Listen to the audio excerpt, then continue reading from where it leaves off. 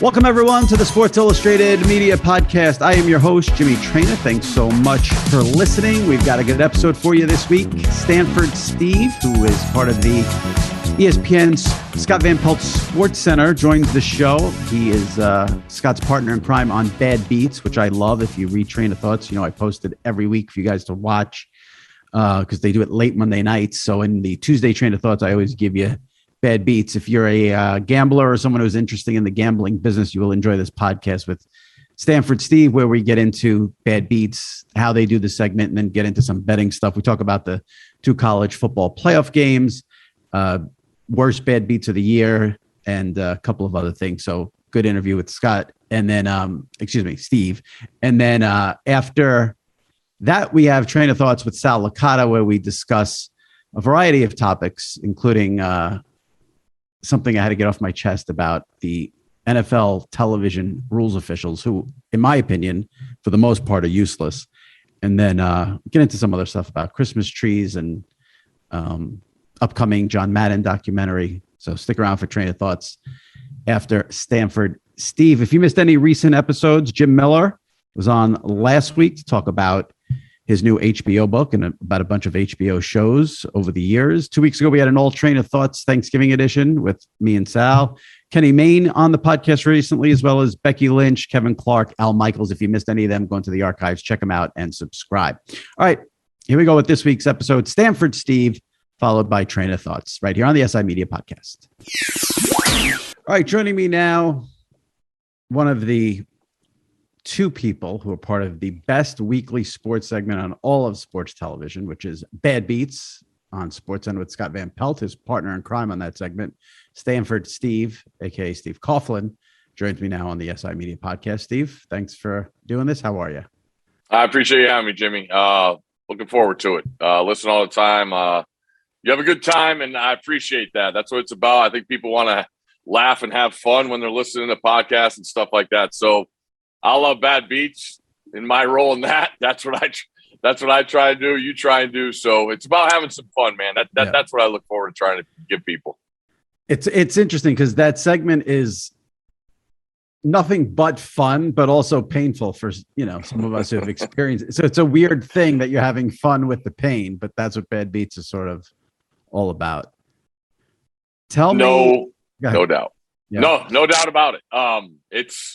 If you've been there, you've been there, and it's so funny because with social media now and the reaction you get, I'll send the clip out when I get it from my people. And, a lot of people, that's the way they see it now. I wish they would use the DVRs, but they rely on Twitter. You know what? Everybody watches and believes everything on Twitter.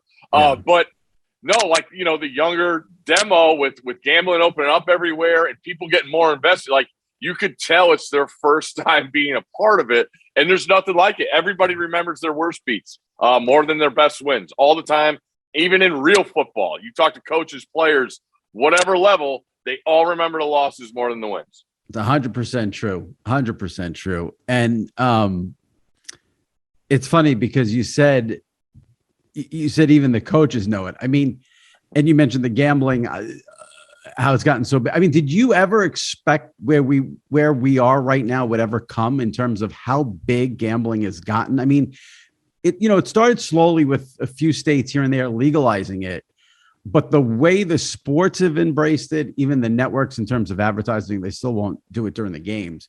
I'm a little shocked at how big it's gotten. What about you as someone in this world? Yeah, you're a game watcher. I pride myself in being a game watcher. It's everywhere. And it's getting, it's gotten pretty crazy. But I think it's going to continue until it's everywhere, and being here in Maryland, they're still trying to go through things and then literally driving over to Virginia and being able to do it on your apps. And then the state of New Jersey just posting their monthly numbers every month. It has to be astounding to other states. It's free money. Bigger than Vegas. Free money. Yeah. They're bringing in more money than the Vegas sports books. It's crazy. Yeah. I know what I'll be doing when I'm on the train driving up to Army Navy this week. I'll tell you that. Right. All right. And then I'm here stuck in New York where we don't have it. I mean, New York, which is supposed to be this big progressive place, and we're so backwards on this, and we still don't have it. It's so frustrating. And, it's so bizarre to live in this time where, we're in this time where we think we have access to everything. Mm-hmm. And I have friends tell me they'll drive to Jersey, and as soon as they hit that border, they can, access the app and bet. It's just crazy that New York is so behind the times here. I went over to Virginia for the Virginia Notre Dame game a couple weeks ago, and our buddy Chris Long was taking me in, and I literally got there I think at like 12:05, and I'm like, shit, I forgot to bet. He's like, You're in Virginia. I'm like, oh, that's right. And here we are watching the noon games, firing away on the game. I'm like, this is a whole different animal than watching games in Maryland. I'll tell you that. Right. It's funny you brought that up, because I think this sort of ties into what we were talking about. Let's say you get there at 12:05, kickoff has started. Yeah. You can still make that bet with the live in game. And I think that, for me, I was just, I guess, maybe naive or stupid. That's what I didn't figure becoming so huge, is the in-game betting, I think, is really what's brought this to another level, and as well as sort of the daily player betting that you can. I mean, I remember when I used to use the offshore sites, they'd have prop bets for this Monday night game and the Sunday night game. I mean, now there's prop bets on every player in every game. And I think that's what I didn't factor in to leading to this explosion. That's been my experience just talking to people. What about you? No doubt about it. Now, I will say this, a couple things. You said you're stuck in New York. I do know a couple guys in New York if you do need to get something in, okay? Just let me know if you need that. Unfortunately, there's been a place that's gotten a lot of my money this year. So I'm okay in that department. No, but with the live and the daily fantasy, it's nuts. But here's the deal where it's different, Jimmy, to me and you growing up, right? Growing up, we could make a phone call and not have to put anything down, and we were on credit. Right. And I think, relatives, friends that were older, you hear horror stories about guys owing money, right? But with the daily fantasy and the live betting and these apps, your money's up front. You can only lose, your money's where your mouth is. You put it up, all right, it's gone in the instant. The second you lose, there's no avoiding phone calls, changing your phone numbers. They got it. So in a lesson learning aspect, which I think we all needed to do as a youngster growing up, and finally getting into it when you had a little money in your pocket, that it's already paid it forward to me. The people see how fast it's gone. And also, I think it's a perfect example of you see, people wanting to do daily fantasy and making a lineup for an NFL Sunday and throwing $20. You're right. Now those guys get into a league. Now they got 10 guys in the league. Those $20 add up because, they're all going somewhere. With other fees you have and stuff like that. So the little itty bitty stuff, is adding up to the big. And that's why I think you're seeing this number, because everybody's doing it. Wives are doing it. Girlfriends are in a league for fantasy, so it's everywhere. Yeah. It's plastered everywhere. And I think it's going to continue to be everywhere until everywhere has it. And I never expected people to, I know people, shout out to my good buddy and former colleague, Matt Dollinger, who they don't bet the games. They won't bet a side or total. They're betting who's scoring the first touchdown and, who score, will this guy score a touchdown? I didn't expect that to become so popular where the people that they don't even bet the game. They're just betting the props. Yeah. Well, it's also too, social media also we're on there and we're reading stuff. Like if somebody's like, hey, I talked to somebody, I heard so-and-so's targeted on a lot of the first drive this week in the first 15 plays. Oh, let me see if there's a prop on that. The word of mouth still is stronger than anything in the world. And inside information is what people call it. That's still transitions to everybody. So but getting back to it, I think all those small increments, they all add up and you're seeing it. Everybody loves to have it. There's nothing like having an action game on it. I still say, before now with the Raiders and everything, when the Pac-12 basketball tournament moved to Vegas and they were playing at MGM, there wasn't a better event in the world to me because I grew up going to the Big East tournament. every year. It was the best thing in the world. You sit in Madison Square Garden for 4 games a day, and it was awesome. You call your guy, and you made it. Yeah. In the Vegas Pac-12 tournament, you literally made your bet, walk down the hallway, and watch the game live. Right. There's nothing like that. It's as good as it gets, in my opinion. So that's the way I look at it. Yeah, me and my buddies, we used to go to Vegas every year for the tournament to watch in the sports books. And, there was the rush we would get when they would announce like the halftime lines, I missed that, now it's all on the phone. It's all, Yeah. I want to, there's so much to get into with the gambling, but I'm going to do like a left turn here and then we'll get back on the highway. Cause I want to talk a little bit about you. Cause you and Scott are great on Bad Beats. Everyone who has heard this podcast or reads my column, they know I love Bad Beats. It's like my weekly thing. How did it start? Give us a little background on how you ended up becoming sort of Scott's partner on that, because it's obviously his show. I know you've done radio with him in the past, and and tell people. Well, let me start with this before we get into Scott. I know you do the Bad Beats. I know you have the podcast with Chris. Give us like an overall of what your job is in your day to day and week to week, and then tell me how you got into the Bad Beats with Scott. Well, football season is as busy as it gets, right? It starts Monday nights. I'll start there with Bad Beats. We're formulating all day, going back and forth with show staff between what people have submitted in social media, what guys have clipped off. We got an email chain throughout the weekend, and we get that going. Tuesday, it's sort of take your breath. All right, what are we looking at? Starting to formulate things. Wednesdays, I tape the Stanford Steve and the Bear podcast every week. Scott and I do a podcast usually on Mondays. It's more of a recap. We try and do that, just being initial reaction to what we see. We sit and watch NFL games all day with Tim Hasselbeck, who comes down to DC every Sunday, that we love. I do my friend Chris Long's podcast every week. I do Daily Wager on certain days of the week during the season. That's so. Yeah, it's hectic, but I love it. I first started as a entry level at ESPN Radio in 2004, and just worked my way up. I started working with Russillo first, and then obviously the Russillo and Van Pelt thing started, and Scott and I got to know each other there.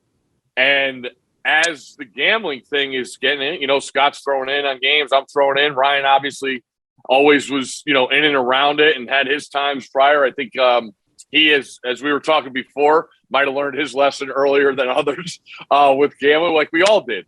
But we tried Bad Beats on the radio, and it would do it. It was one thing. They're always there, Right. But the idea of not being able to visualize it, right? In radio, we were just reading a game cap or game recap story, and it just didn't have it. And people wanted to be in it. They would call, "Hey, did you see?" Iona the other night and this and that. And it was just kind of tough to do. And, when Scott gets the TV gig, he said, "I want you to come with me. We're going to do this." And Bad Beats was one of the things he said, we are going to do. And he deserves all the credit. He said we were going to do it. I was going to be with him to do it. And here we are almost 7 years into it. And it's still going. But he deserved it all. It's a very cool thing that he brought you into that, because, a lot of people in that position have egos where they're not letting someone else get some shine. So it's cool that Scott let you do that for sure. And it's funny because you mentioned about doing it on the radio. Here in New York, growing up as a kid, we had Steve Serby in the New York Post, Mr. Loser. That's why they call me Mr. Loser. And it's funny because he did such a great job with that column, but even, you can't replace seeing the actual play. The last time I had SVP on, I told him, I think, and I have such a bad memory, so the details will escape me, but my favorite Bad Beat, I think it was 2 years ago. It was probably the year before the pandemic. It was one of those Mountain West games, Wyoming against BYU, Air Force with the snow where the team declined the penalty. You can't enjoy that you have to see the snow. No. You have to see the coach declining the penalty. You could explain it and people could grasp it, but you can't replace seeing. That's my all-time favorite that you guys have had. I didn't have that game, but when you have a coach declining like penalties, it was. But Serby did a great job with it, but you can't replace, being able to see it now. And what's interesting about, I think if you're in the business and you're following it, I think people think that might be an easy segment to do, but I actually think it's very difficult from this standpoint. I'd love to hear what you think about this. Everyone knows what the outcome's going to be. Like if you're showing it, it's a bad beat. So if you're, showing, I'm just making up stuff, LSU -4, and the end's going to be they don't cover. So when people know the ending, it's sort of like you've got to. It's on you and Scott to be entertaining enough to keep people interested throughout. And that is not easy to do, in my opinion. I'd love to hear what you think. No, it's not at all. And it actually happened this week where I felt bad we couldn't do it. There was a Notre Dame Boston College over-under, and they needed 4 points in the last 4 minutes to hit the over. And they didn't do it. They scored 2 points between the two teams in the last 4 minutes. And with us, with the time, restraints we have, we follow Monday Night Football. We want to do it on Monday so everybody sees it. It's our biggest audience. And we didn't have the real estate to tell that story because you have to show how bad it was with missed shots.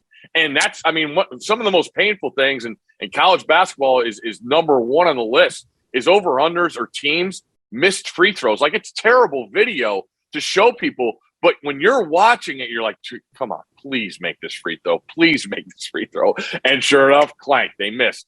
But that takes time, and it's really hard to tell the story. And we've had some arguments on the show just about, hey, what's the best video? All right, we want to tell the best stories, but what's the best video where the people, it's going to resonate, And that's what's tough because I think the underbettors are still, I think about older relatives that grew up, betting the Giants in the under every NFL Sunday.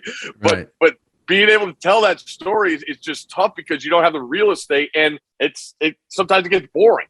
But if you lived it in that moment, you're sitting there because it's going on and on and on, and you're like, I just need one more, and it just doesn't happen. Right.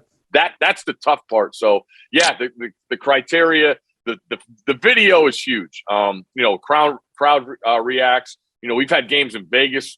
A couple of weeks ago, Michigan played, and they UNLV unexpectedly fouls down 12, and they're getting 12.5. And the whole place is Michigan people. And just, we're trying to zero in on the crowd and highlight people like, he's got a ticket, he's got a ticket, he's got a ticket. So it's a visual part to tell the story, which makes it, and that's what we want to do the best at, and that's what we try and do. Everything you've said just now makes me feel so much better.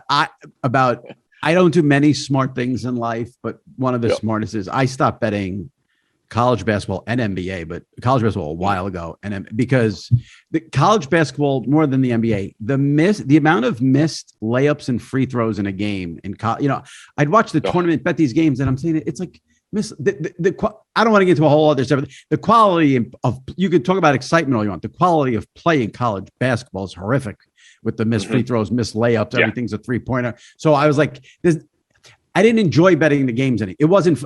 I can lose a football game and still have fun betting it in a loss, which is sick in a way. The basketball is not enjoyable to me on any level when that stuff happens. So thank you for letting me feel better about myself. And obviously, you and SVP have some great byplay between the two of you. I'm curious, how much? I don't want to use the word rehearsal because I doubt you rehearse it, but how much is planned, spoken about beforehand? Is it all ad lib? How do you know what he's going to say? Is it just byplay that you do naturally? Tell me how you guys do the segment. Well, we'll on our, we do an afternoon Zoom call every day, before we go into work where we're formulating the show. Hey, this is a guest on the show. This is what we're doing. But as far as bad beats goes, we have that list. I think last week and the week before, the video clip alone of the games we wanted to show was like 29 minutes. And it's like, all right, well, we got to narrow that down. But with these games, we had Northern Colorado and Montana State the other night, which was an all-timer. But to be able to do it, we watched the clip like in our office when we got into work.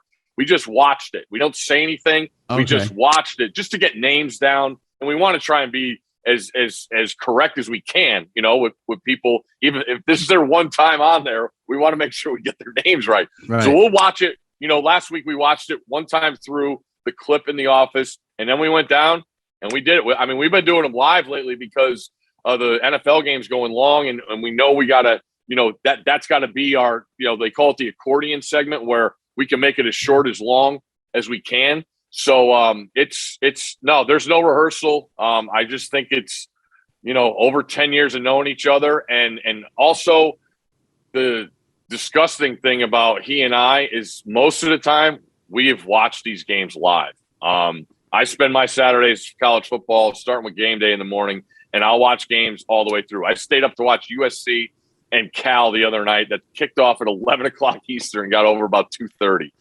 College football is my thing, but college basketball it's going to turn into now. We got games tipping off later and later. So it does help that we've watched it already, but, we don't really watch games together. He's got family. I got family. But Mondays we try and put it all together and do something for the fans to make it entertaining. That's the biggest thing. I listen to a podcast. I listen to a radio show. I want to laugh and have people make me laugh. And that's what I just try and do for people, man. I think it's something that we need with so much negativity around. Well, maybe this will make you laugh since you mentioned that USC Cal game. I do this phenomenal college football pool with a few buddies of mine where we pick 5 games every Saturday, one best bet. You could do side or total. Okay. And whoever has the most wins at the end of the month wins $50 from every guy in the pool. So you can do it for 3 months. You always have action basically for the season. And I was tied with one guy for the last week of the season this Saturday. And he had the he had the under in USC Cal. So if the game goes under, he wins the month's pool. If it goes over, I get the month's pool. And I sat there and I said, I can't, as much as I want to be a degenerate, I cannot stay up till 2 a.m. watching these two teams to see if the game's going to, I just couldn't do it. I went to bed and then I woke up in the middle of the night and checked the score. But I said, am I really at 11 o'clock going to watch? I mean, I'm in New York. College football's not USC Cal of all games, So, and then so you watched it. The over didn't even come close. But I made the right decision, obviously, right? Yeah, I might have given out USC as a pick earlier in the week just for ha-has because it was the last game of the week. And being the degenerate I am, I knew I was going to be watching. USC probably turned the ball over 3 times on the 10-yard line going in, a couple times on down. I'd rather not know that. I'd rather not know that. 3-8 teams playing for absolutely nothing, and you're on the wrong side, and that's the perfect way to end the season. So everything went the way that I thought it would be, and it was great that I finally got to watch it to end the season. It was glorious. It was, that was something. It's funny because I've definitely had a couple of moments, maybe 2 or 3 moments this season where I've seen you tweet about a cover in a game. And I'm like, I can't believe he's even locked in on that game. Like, I get most of it. I'm a diehard like CBS Sports Network. I love all those crappy shit games on that network with those conferences. But there's been a couple you've tweeted. I'm like, wow, he's even into that one there. Interesting. Well, I mean, with the, pandemic going on and everything and moving down to DC, and I've literally formulated my living room into a sports book. I have 3 TVs. I'll even have the iPad going on a college football Saturday. I have 3 daughters, 8, 5, and 2. So we have another room in the house. They do go to bed on time. So that's when Daddy gets his time to watch games. So I'm DVRing games that I missed when we were out in soccer or whatever, watching those games back. I might not be on time with everything, but I try and watch everything as live as possible. But through the week, it's college football for me, nonstop, and that's why I like you say you stopped with college basketball and NBA. I've sort of I'll look at it more now that college is over, but the NFL to me, I still say if you bet multiple games every week and you win money at the end of the year, I think you're a liar. I really do. It's insane to me. Like last week, I was like, you know what? I'm just looking at the circumstances, and the Patriots had covered 7 in a row. And, I did Chris's pod on Thursday and ours on Wednesday. I was like, you know what? I think Buffalo's my lock of the year this year. I think they're in a situation. They're at home. Bills Mafia, Monday night. New England's been red hot. They're going to get cold. Buffalo win. I didn't look at the weather. I didn't know it was going to be 60 mile an hour winds. And here it comes on Monday. I'm still paying attention to college all week. I'm like, oh, so there's serious weather in Buffalo. Great. Glad I put my name on that one. I will say this: if you do a picks thing, like you said, you tape your pod on Wednesdays. Everyone deserves sort of a mulligan when they do that because so many things change. I'm happy to say I had Patriots money line in that game. I bet that right before the game when I saw the weather and I knew that one guy on the sidelines is a genius and I don't love the other coach. So that's, and it was it ended up only being like plus 130, I think, or plus 135. But, so I went paid. I would have disagreed with your statement about winning money betting the NFL if you made it last year. I'm almost on board with it. This year has been unlike any other. I've never seen it this year where, the Texans beat the Colts, the Jets beat the Bengals. I could go on and on. There's so many of them. There was one last week, but I'm drawing a blank on it. The Lions beat the Vikings. Yeah. This year for me in the NFL has been like any other with not even covering, but underdogs winning. I saw a stat. Yeah. I mean, underdogs are doing tremendous in the NFL this year. It used to be, for me personally, it used to be like I'd lose a ton of money on Saturdays betting college because there's too many games. There's too many ways to get in trouble. The game's from noon to 2 a.m, and there's a game every half hour. So there's too much. And I would always win money in the NFL because you're more disciplined. It's 1 and 4 and you're done. One game at night. Correct. I wouldn't bet the props. So I would be able to pick. This year's been complete anarchy in the NFL with that. That's at least my assessment on that one. Yeah, and I still see go back to the NFL. I go back to my uncles always tell me like Monday night, right? If the Monday night game was at 1 o'clock on a Sunday, would you be betting?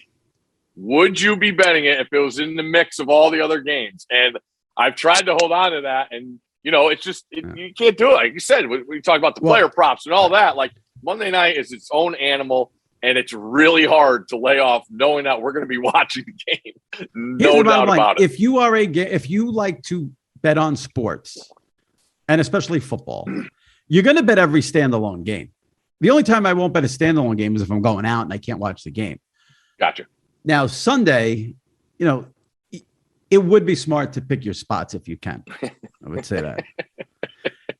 Give me, I want your own personal worst bad beat of the season, college football or NFL, and then give me what you think is the worst bad beat of the college NFL. It might not be the same because the ones that happen, I'll give, like, for instance, for me personally, there was a Bucs game in prime time. I forgot who they played. I bet over, I think it was over half a rushing yard for Brady. Last drive of the game, he rushes for 3 yards, takes 3 knees, goes down to 0, and I lose the bet. So, like, that was my personal worst bad beat. But I know there's been some, with the laterals at the end of the games. Give me your the one that in your head is a personal one, and then one overall that you could say that was probably the worst bad beat, college or NFL.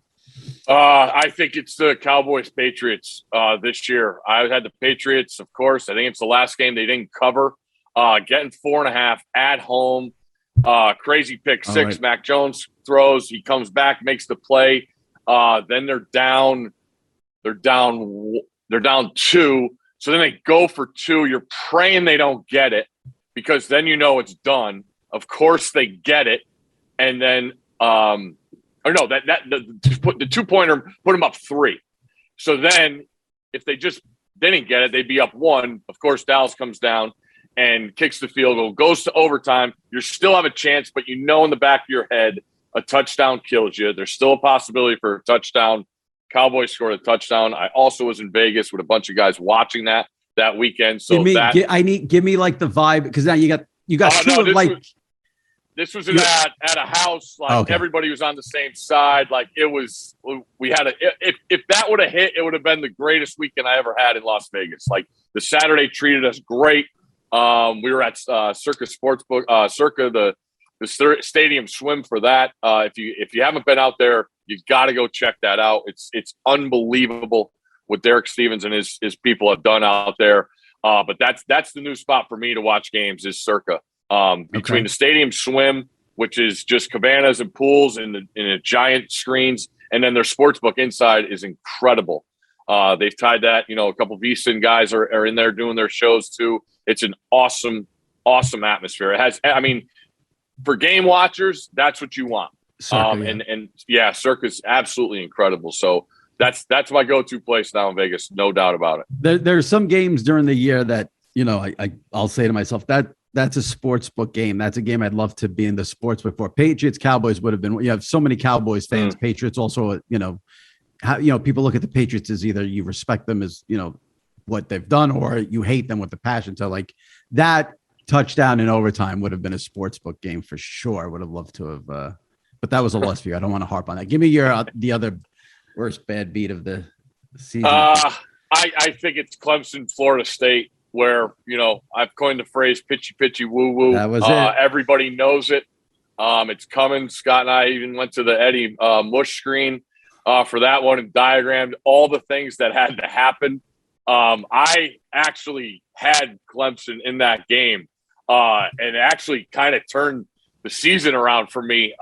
We ended the season really well, and that was the start of it. And that's what it took to be on the right side of that, to see Florida State throw the ball all the way around the field, to know you need a touchdown for the cover. The other way, with Clemson only being up at a couple, and I think they were given 9.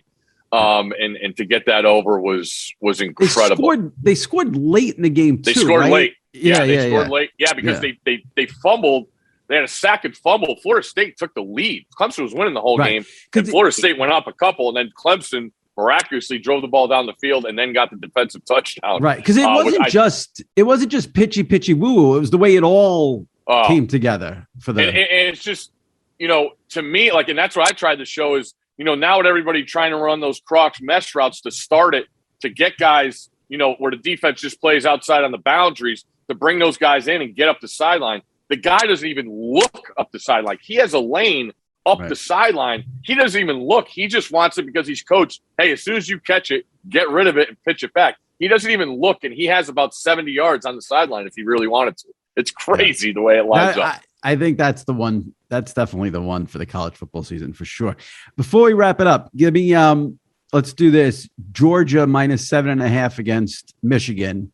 Total 44.5. How you looking on site and total there?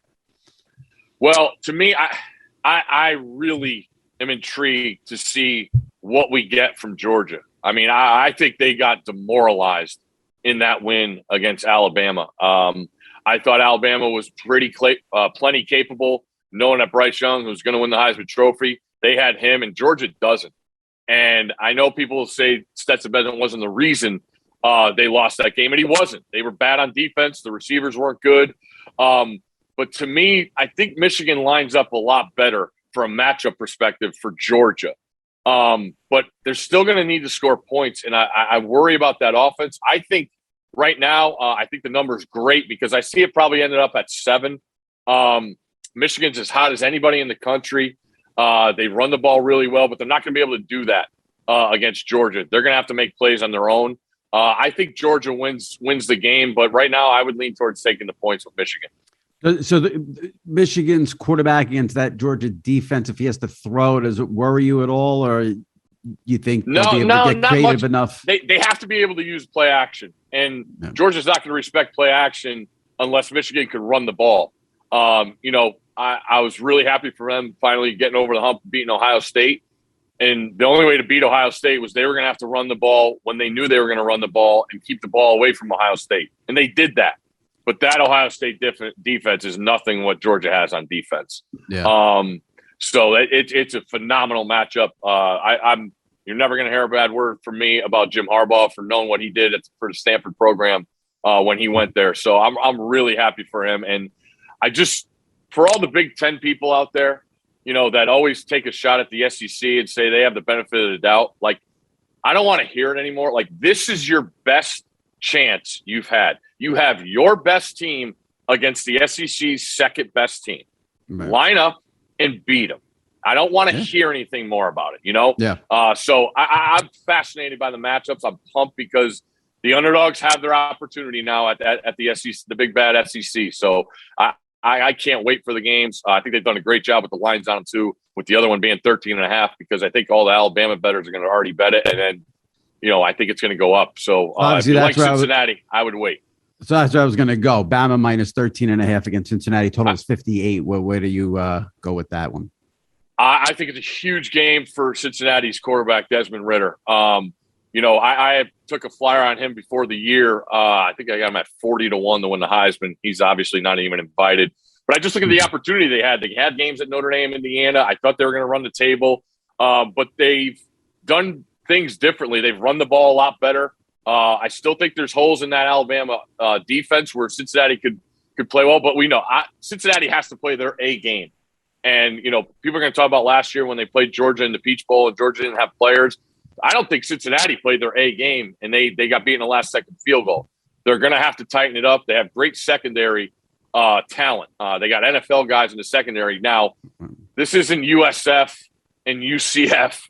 Right. This is Alabama. That strain on your secondary is going to be 60 minutes long, and you got to play well for 60 minutes. And the problem I have with Cincinnati is they haven't seen anything like Will Anderson for Alabama, the defensive end pass rusher. That guy is an absolute wrecking ball.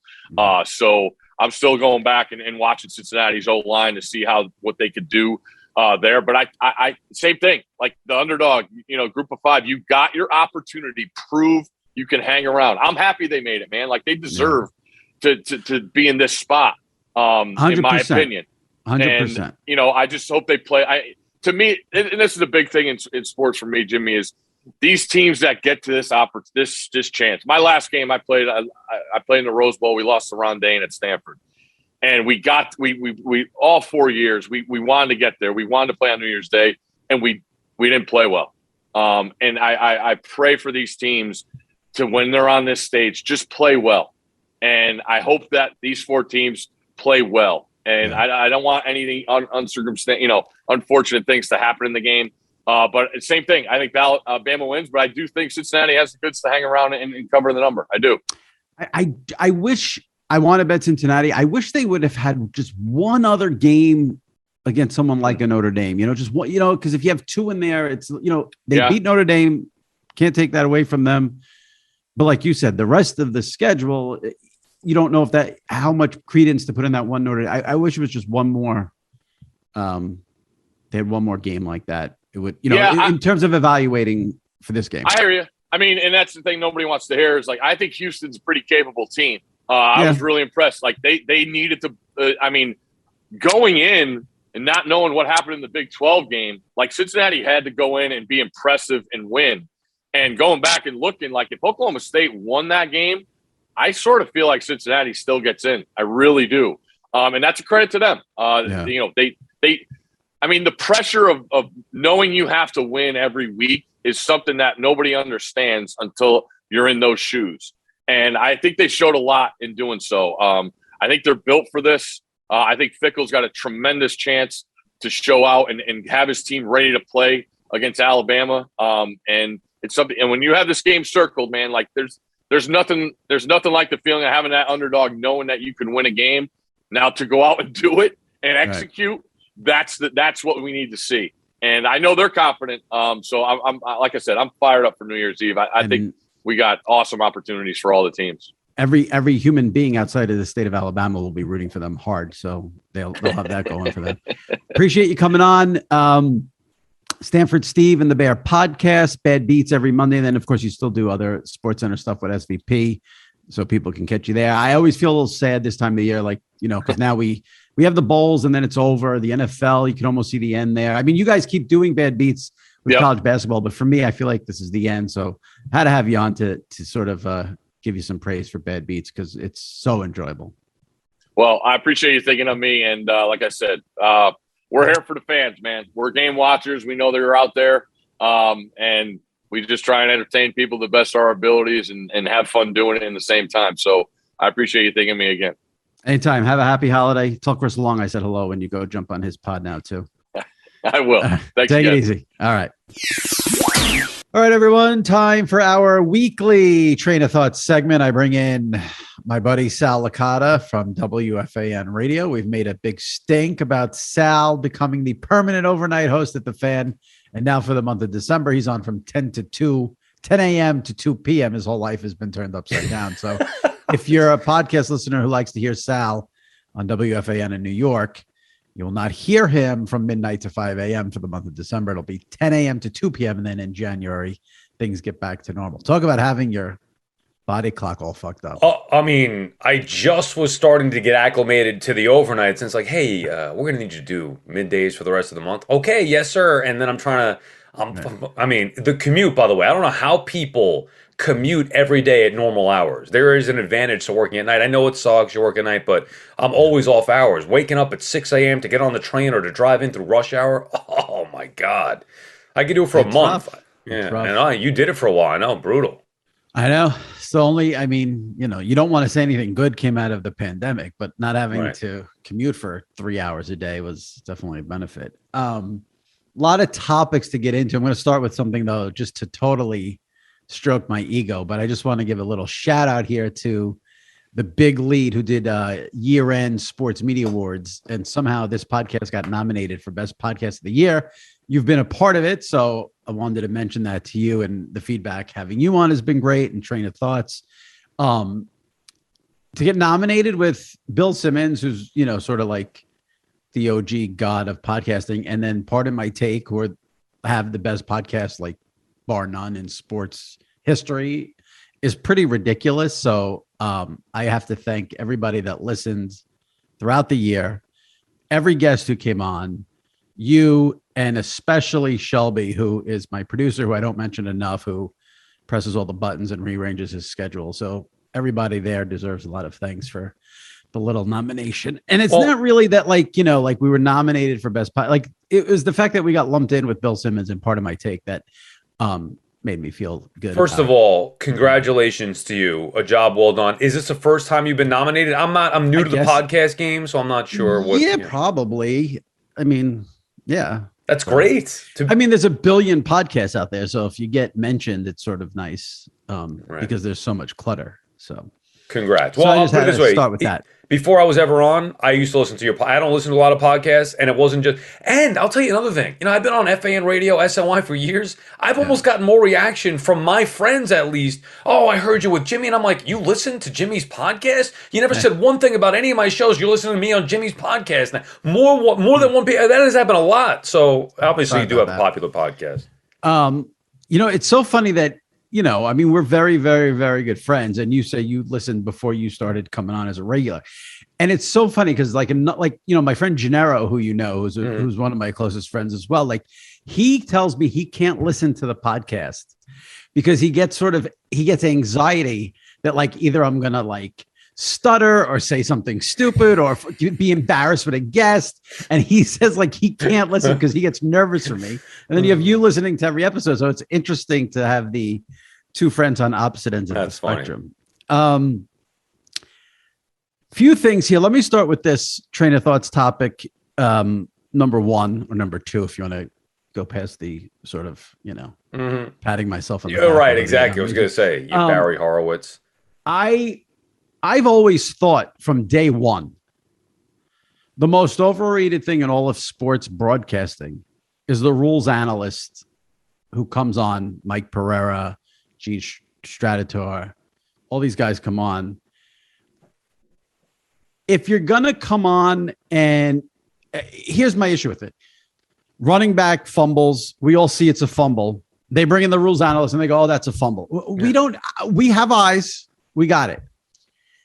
But the fact that they will never say the refs made a bad call.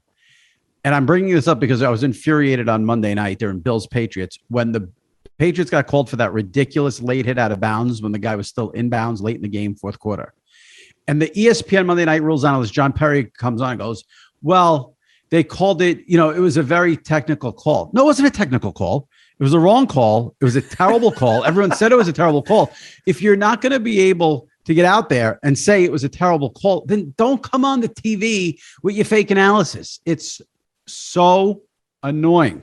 It used to work to me with Pereira when he was the first to do it. And then he would explain certain things and maybe you'd have a better understanding of it. I think he was good at it. And typical, everybody else in this world tries to copycat. Well, they did a great one with Pereira. Let me go get this guy and Sterator or whatever, whoever they're bringing in. And you're right. Those guys had nothing. It's a waste of time. It's awkward to hear the announcers go to it. And they're not saying anything that we don't already know. The only time I need them is to explain a rule. You know, Right. sometimes there's rules with like the kick can't be, the punt can't be advanced on a muff, or if this team touches it first, but this team's allowed then to pick it up and run. You want to come on and clarify a rule? I have no problem with that.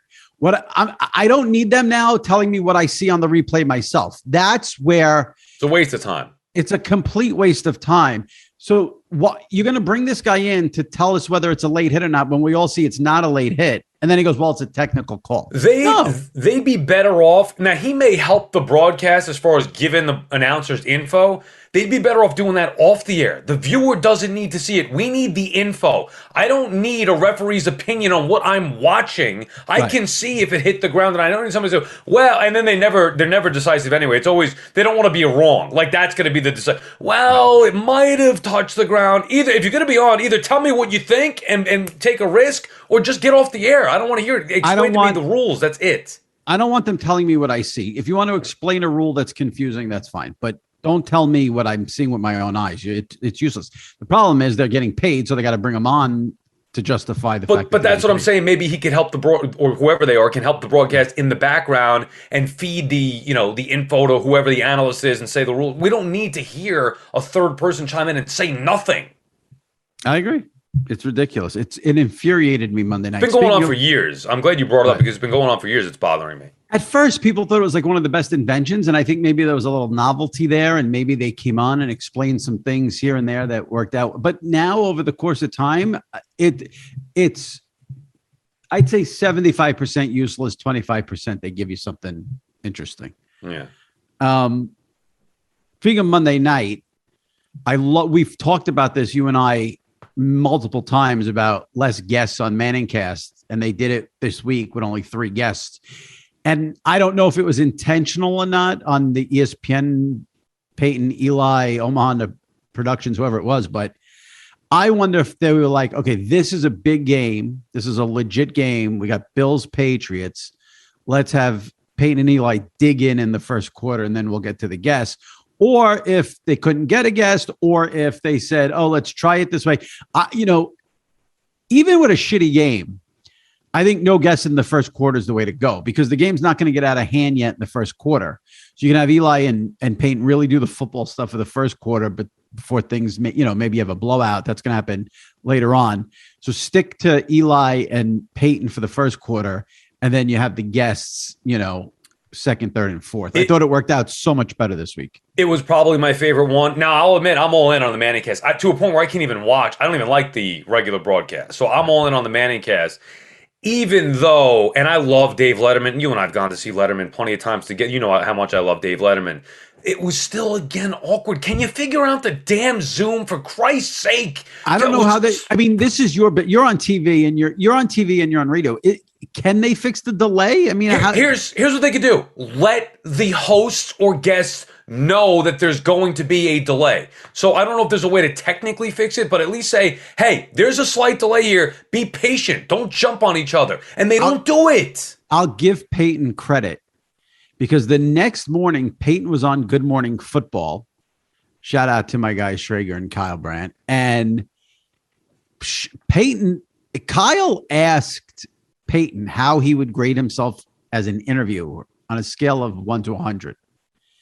And Peyton said he gave himself a 20. And he said, he goes, because I keep interrupting everyone. He goes, I interrupted David Letterman like 3 times last night while he was trying to tell jokes. Now, he's not interrupting. I think it's the delay. I think, Peyton's being hard on himself there. I think the delay. And listen, Peyton and Eli, if they're doing it every week, they can sort of get where they're going with the delay. I think the guests, though, they don't know what the hell's going on. They're not used to doing it. And then there's a delay and it messes everybody up. It's infuriating. It messes the whole thing up. But back to your point about not having a guest in the first quarter, I loved it. You could see the energy was different. Peyton was just into the game. They're not joking around, messing around with stupid helmets or football. I loved that part. It doesn't have to be that way always, but it was great. Right. It worked out perfectly because they had a lot to chew on with the weather and the wind, and then Belichick being the genius and the strategy he was going to implement. And they could really get into that. So it was really perfect that they didn't have a guest. If I'm watching, if I'm a viewer and I feel, you talked about Gennaro before feeling anxious listening to the podcast. If I'm feeling angst during an interview, that means it's not right. It's not comfortable. Right. And I'm even with Joe Buck in the end, like they ask him to do something, and I feel like it's either going to step on the game or he's going to go too long, or I'm thinking, oh, here comes the break, the 2-minute warning. They didn't even get to say goodbye to Letterman. It just went away. That was it. End of the quarter or whatever happened there. And that's it. To me, it's just not work. They got to clean that up. If they're going to go with guests, clean it up a little bit. Aqib Talib was great too. I loved. I thought he was really strong when he said, there's all this stuff about Belichick with his rules. He goes, he only has 3 rules. He goes, show up on time, know your stuff, don't mess with the media. Like that's it. He goes, we didn't have dress codes. He said, players would show up in pajamas sometimes to walkthroughs. So I thought that, since Talib played for Belichick, I thought that was good insight there that, you get on the Manning cast. No Manning cast till January 3rd now.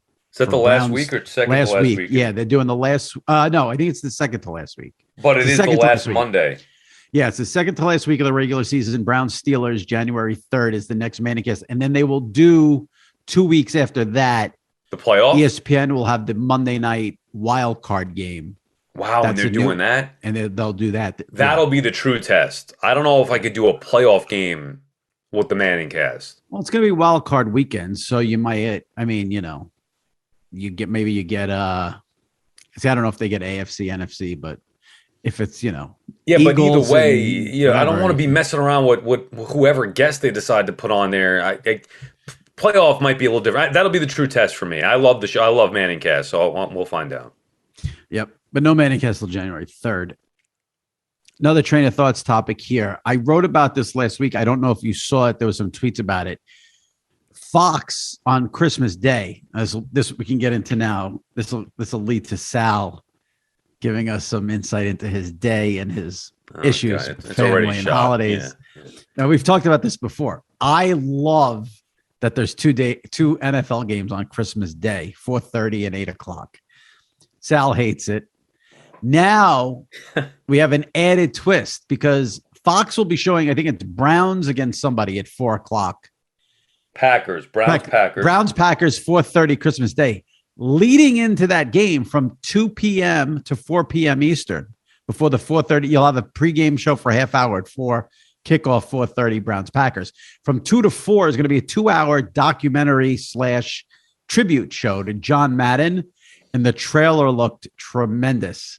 So now on Christmas Day, if you want to avoid the family, you get locked in 2 o'clock on the Madden doc leading right into Browns Packers. And that documentary, the trailer's out there. You can check Train of Thoughts, Google it. Looks tremendous. I cannot wait to see this. However, I'm going to have to wait to see this. I mean, unless I choose divorce, I'm either going to choose Madden and then 2 football games, and then that's divorce that comes with it, or stay married and have to DVR it and wait. I'm more interested in that, in the Madden special, than I am the actual games. I get why they're putting it on Christmas Day. Most people will be home around the TV. I'll be at my in-laws, who aren't even sports fans, who will accommodate me and put the TV on, but that's not the way I got to watch that Madden special in isolation by myself. The games you could have on, but I cannot wait for this. I'm so funny with these documentaries sometimes because I'll be, like they'll announce like, oh, we're doing a John Madden doc. And I'm like, we've seen John Madden docs. Do we need it? Like, have we? Well, there's always like NFL Network has done shows on him, and there's, I don't know. I just feel like when they announce it, I'm like, oh, okay. Then I see the trailer, I'm like, oh, I can't freaking wait. This is. I mean, I'm sure same thing for you. For me, this is wheelhouse. Like, I'm not sure you could come up with a better documentary in the NFL for me. You're right. We've seen some stuff. The football lives have been great and some insight to Belichick or Brady or whatever. But Madden's a guy. Come on. We grew up on John Madden and Summerall. I love those two guys. I wish they could do, all due respect to the current guys, I wish I could hear Madden and Summerall do a game. So to get some insight and see Madden maybe in depth for a 2-hour special, I cannot wait. I'm looking forward to that. Another train of thoughts topic. I tweeted this the other day. I said, I got to check in with Sal on this. I love having the Christmas tree up when I'm watching an NFL football game. It adds so much. You shut the lights off, the Christmas tree's up, the football's on. It's the perfect setting. Do you feel the same way or you don't care? You know, I never really thought about it. Growing up at my parents' house, the Christmas tree was in the same room as the TV, and I loved it. You know, Christmas tree, everybody's happy. People are stressed, but most of the time, at least my parents were happy. And until we had to go somewhere or people coming over, and that stress kicks in. But anyway, it's a joyous time. It feels good, warm and cozy. In my current setup at home, we have the tree in a different room than the TV. Oh, right. You have a whole theater downstairs, and there's no tree down Well, there. not even that. Even in the den, we have now, and now it's just chaos with the baby stuff going on. So there's no room for the tree. But yes, I do like. You know what? I got to change the setup a little bit because I like having the tree in a room we're going to be in often, as opposed to just some side room. That I always put the tree up a little early and leave it up a little late because I want it for every football game that can. There's something about the lights in the tree with the football. It's a very relaxing, peaceful setting. See, we talked about this. Now I love that, but how does the tree last? We always, I'll probably get it this weekend, I guess, or maybe just next keep weekend. Watering it. Well, you gotta just keep watering it. I want it to last through the new year. It's got to take it out to the garbage January 2nd. Yeah, it lasts. Yeah, I don't know. I mean, usually, it's very dry, needles all over the place. Yeah, well, that's you got yours a week ago. Yeah. I'll have it till January 9th or whatever that. Wow. That week. Yeah. It just, you know what it makes when you lose the bets, you're a little calmer because the tree's off, the lights. I don't know about that. Bullshit. I don't curse a lot, but that is bullshit because I was getting some text from you last weekend. Was your tree up? I was getting some text about your frustrating losses this week. The tree didn't do the job, I guess, this week. Yeah, that was a problem last week. It makes you calmer after you lose bets. Who are you kidding? What was the 4:00 game that did me in? What was the Ravens and the Steelers? Didn't you have the Giants over? Yeah, that was just a throwaway. You had another Ravens. One though. Yeah, right. It was the Ravens that did me in. Meanwhile, you get the Steelers over for the year. Well, You're betting against yourself. Well, I was just going to bring this up. I've never hated an NFL team more than I hate the current Steelers because they were the only team I bet a win total for. I bet over 8.5 wins for the season for the Steelers. And I'm going to lose because of the tie with the freaking Lions. That tie is going to make me lose my bet. They're going to finish with 8 wins. They'll finish with 8 wins. They'll finish 8-1. I have over 8.5, and I will lose because they tied at home with the Lions. I hope nothing but bad things to that team. At least we get the truth here. Oh, man. And you check their schedule? They don't have any shot?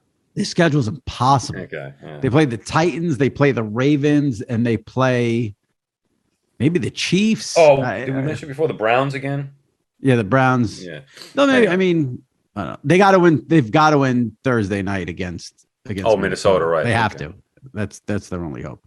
The last thing. Now, I'm a couple of years older than you, so when you were growing up in the 80s, did you watch Different Strokes or The Facts of Life? Yes, both. Okay, so Jimmy Kimmel does this outstanding thing. He's done it in the past with the Jeffersons and All in the Family, and he's done it with a couple of other shows where they recreate an episode, and he did it this week with The Facts of Life and Different Strokes. Very enjoyable. It's just fun for the nostalgia play if you grew up in the 80s. A lot of, Snoop Dogg was on the Different Strokes show. Jennifer Aniston was in the Facts of Life show opens up with the actress Lisa Welcher, who played Blair on the original series. I'm still free. This is 24 hours later. I'm completely freaked out. I've never seen a person, male or female, look exactly the same that they did 40 years ago. I posted the video on my Twitter. Exactly the same from 40 years ago. It's freaky. Did you see it? I did. I happened to catch it. I don't know if my wife made a point to watch it, or we were just stumbled across the channels and found it. So we did, and we happened to see the beginning. And when she came out, now I know by look, right? I mean, I've watched the show. I'm not an expert on it. I was thinking, oh, wow, they got somebody that looks just like. That's what I thought. I thought it was an actress playing her. And then I realized when they brought out the one who played Natalie, I was like, holy crap, that's really her? My wife said right away, oh my God, she looked exactly the same. And I didn't believe that it was the same person. I thought it was an actress. Incredible. I cannot believe,